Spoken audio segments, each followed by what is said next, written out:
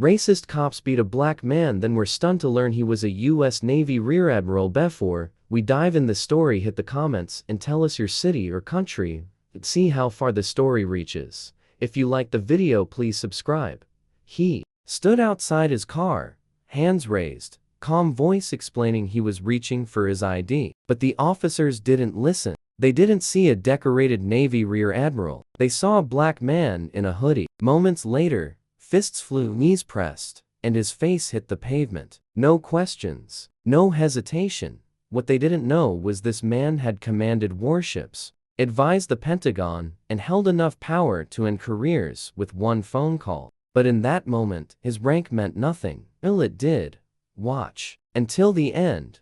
Rear Admiral Marcus Holloway had served his country for 30 years. He'd commanded missions across oceans, de-escalated international threats, and mentored thousands of young sailors. He was weeks away from retirement and looking forward to a quieter life with his wife in Virginia. That day, he was driving home from a military summit. Dressed casually in athletic wear, he stopped for gas in a small southern town, one he'd never passed through before. After fueling up, he pulled onto a quiet road and noticed flashing lights behind him. He signaled, pulled over calmly, and turned off the engine. As protocol, he kept his hands visible and waited. He'd given dozens of lectures on de-escalation during traffic stops, but this time, the officers didn't approach with questions. They exited their cruiser with hands already on their weapons. And Rear Admiral Holloway instantly knew this wouldn't be a conversation. It would be a confrontation. One officer barked commands. "Get out, hands where I can see them." Holloway complied. "I'm reaching for my left pocket."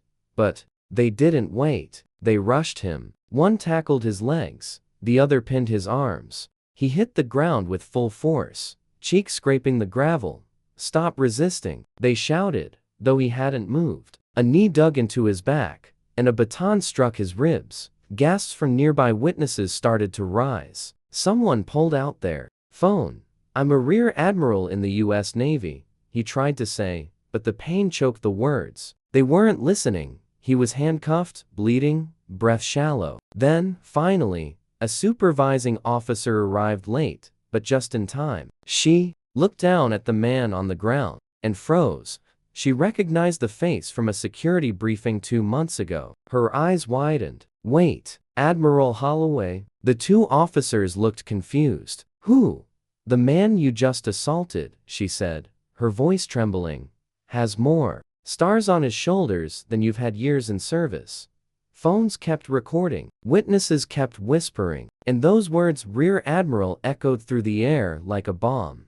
The silence was immediate. One officer stepped back. The other fumbled to uncuff him, but it was too late. Rear Admiral Holloway stood, battered but upright. He didn't yell. He didn't curse. He looked at the officers who had mistaken his skin for a threat. "I've led missions overseas with more discipline than you've shown today," he said coldly. The supervising officer asked for his forgiveness. He gave none.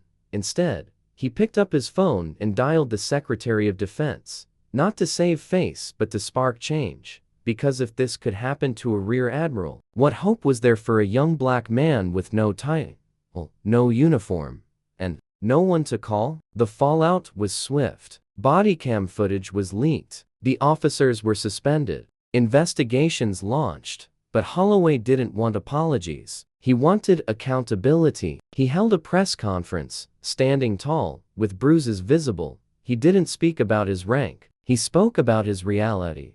"I served a country that still sees my skin as a threat before it sees my service." His words went viral. Communities rallied. New police oversight bills were drafted with his name attached. He retired months later, not just as a Rear Admiral, but as a voice for millions unheard. Because titles don't shield you, uniforms don't always protect you, character does not. Erase color.so. Tell me if a Rear Admiral can be brutalized on the side of a road. Who's safe? Where are you watching from? City and country? Drop it in the comments. Like, share, and subscribe if you believe the world needs to hear this.